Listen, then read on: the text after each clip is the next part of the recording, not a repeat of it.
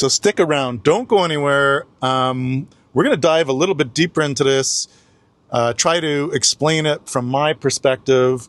And anytime like something like this, I don't even know of anything I don't even know of anything like this that has happened in Mexico in my lifetime. But I think first things first is you can't panic. So don't touch that dial. Stick around as I'm going to dig deeper into this unfolding situation. All right, I'm just outside Terralta 1, which was one of the very first projects. Then it went to Terralta 2, Terralta 3, and then you have Los Amores and Quadrant. And he's going to zip over to Terralta 2 and 3, kind of see what's going on there. It is business as usual, so it's not like the properties were seized and people were evicted for their home. First and foremost, this is part of a bigger supposed operation by current government in the state of Nayarit to recover property, generally speaking, that was sold or titled. It used to be a ejido, and then it was basically titled and then sold and then resold, developed, and so on and so forth. And the premise behind this is to clean up all the past corruption. But let's call a spade a spade. Obviously, someone sees an opportunity to squeeze some people. And again, that's just not foreigners. That's Mexicans alike. There's some thing that was not done correctly, supposedly, when this land was transferred from ejido to titled property. So therefore, there's a big hiccup. But the good news for everyone in these projects is they actually have their title. So they have a physical escritura. So it's a little bit more complicated. Yes, there's a lawsuit, but they have their escritura, which gives them certain rights. Probably what's going to happen now as this thing gets sorted out is, yes, they're going to have right of occupancy to their unit because that occupancy is a good chunk of the law. Call it 50%. But the problem is they'll never be able to sell it until this situation is resolved. And I'm just rolling up to another property here that's part of it. Let's see what's going on here. Okay, so this property here is part of it. And you can see the seized property. And there gives the carpeta de investigación. And this thing's been going since 2022 when the investigation was opened. It gives what the delito, which was the crime, and the articles. And basically, it's just letting everyone know that this property has essentially been seized by the state, pending the outcome of this criminal investigation.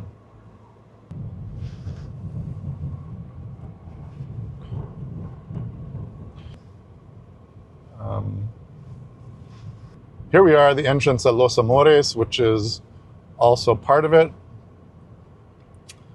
I'm just gonna swing around the roundabout here. And you feel bad for people because everyone's done everything right, okay? Like, all these places have had titles. They're titled. If a foreigner's bought, they have a bank trust. Everything on the surface is legit until they threw this fly in the ointment, so to speak. But all these properties that you see here are subject to this seizure and this investigation.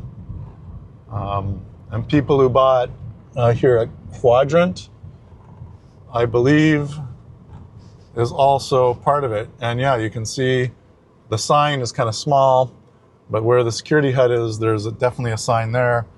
So they're all part of this clusterfuck. So let me park here And let's go over what we know. And, you know, the best thing, again, to do in this point is you really can't panic about this. We can't speculate. We just got to figure out what we know. So let's go discuss what we know right now. All right, guys. So again, troubling, but let's go over what we know on this. Okay. So July 21st, 25. And this was a press release that was put out by a local news company. And essentially, so I'm going to translate from Spanish into English here. The recent action of the Attorney General's Office of the State of Nayarit to secure various properties in Bucerías has unleashed a streeling of concern among residents of subdivisions such as Terralta 1, 2, 3, Los Amores, and Quadrant, and surrounding areas in the Banderas Bay. And one can imagine the uncertainty about the future of their homes has led many affected people to travel to Tepic in search of legal advice to protect their assets against the possibility of losing it at the hands of banking. So I don't know what they meant by that, but possibly of losing it at the hands of basically this seizure, I'm assuming. This scenario in Bucerías is part of an ambitious government program known as the Mega Operativo Nuevo Nayarit, and this was launched in September 2021 by the current state administration, headed up by Governor Miguel Ángel Navarro Quintero. And this initiative has at its central objective the recovery of real estate that, according to authorities, were illegally snatched from the state of Banderas Bay and Compostela during the previous 6-year periods. So over the last 6 years. The previous 6-year periods, that doesn't make any sense, particularly during the management of Ne Gonzalez Sanchez between 2005 and 2011.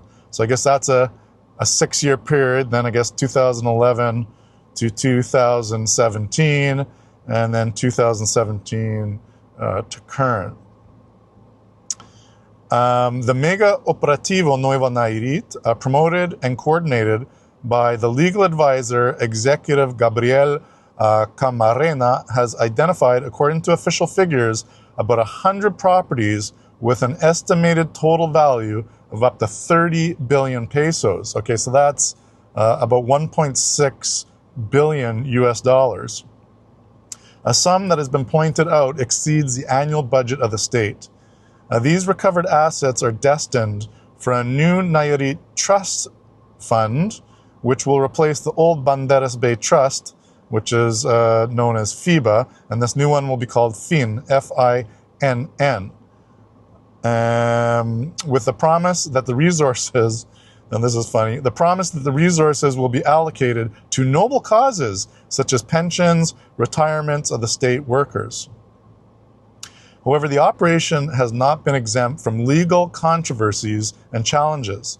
The assurance of properties sometimes has been carried out under, so the assurance, I guess, like the seizure of alleged, has been carried out under accusations of alleged irregularities in the chain of ownership, such as possible conflicts arising from the state, from the sale of developments to another construction company, which has resulted in some homes being under bank control. In addition, discrepancies have been reported in the amounts paid by residents in different phases of the development, further complicating the situation. The concerns among the settlers, or the residents of Bucerías, escalated when they observed security seals at their entrance of their subdivisions, and these just literally popped up a few days ago, basically last weekend. So those who have already liquidated all their properties are actively looking for shelters and other legal figures to safeguard their assets and avoid basically avoid their sale. Neighborhood committees have promised to keep the community informed about the progress of legal proceedings. It's important to note that the mega operational Nuevo Nayarit has faced resistance and criticisms. More than 80 affected families have already obtained protection against the insurances, so basically the repossession of the property, arguing irregularities in the process and lack of solid evidence on the part of the prosecutor's office. In addition, the initiative has generated a climate of distrust and uncertainty in the real estate and tourism sector of the Riviera Nayarit, where investors have denounced alleged harassment and harassment by authorities, stopping relevant economic projects. The situation in Bucerías is a clear reflection of the complexities and repercussions of the mega Operativo Nuevo Nayarit.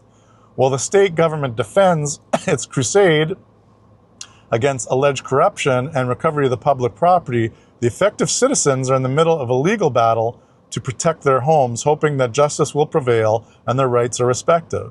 The community remains attentive to developments of its legal process and will determine the fate of numerous families on the Nayarit coast. Wow, it's, I don't know, it's a complete clusterfuck. There's really no other way to describe this, but my question is, come on, someone had to know this has been coming.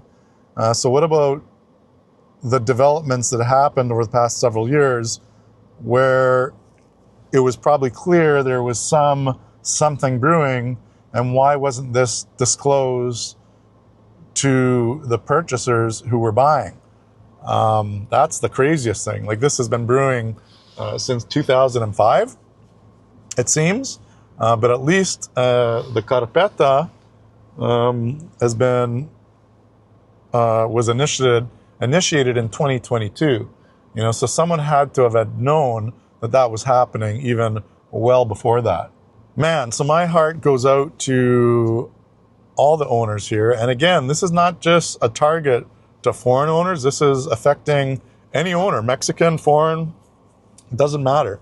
If you own in any of these properties, it seems like there is definitely, and I'm not laughing. I'm not really laughing at this. It's just kind of crazy because it's really unclear as to who's affected, to be honest. So is it everyone living in these properties? Is it just certain properties? It really, really isn't clear. So here's what I'm going to do. I'm going to do some more investigation on this. I'm going to pull from some inside sources. I'm going to see if I can get to the bottom of what is actually happening, who or what is actually being affected. And I think at this point, even for me as a real estate owner in Mexico, a real estate investor in Mexico, I'm not panicking, but it just goes to show that when you are buying, you need to do your due diligence. And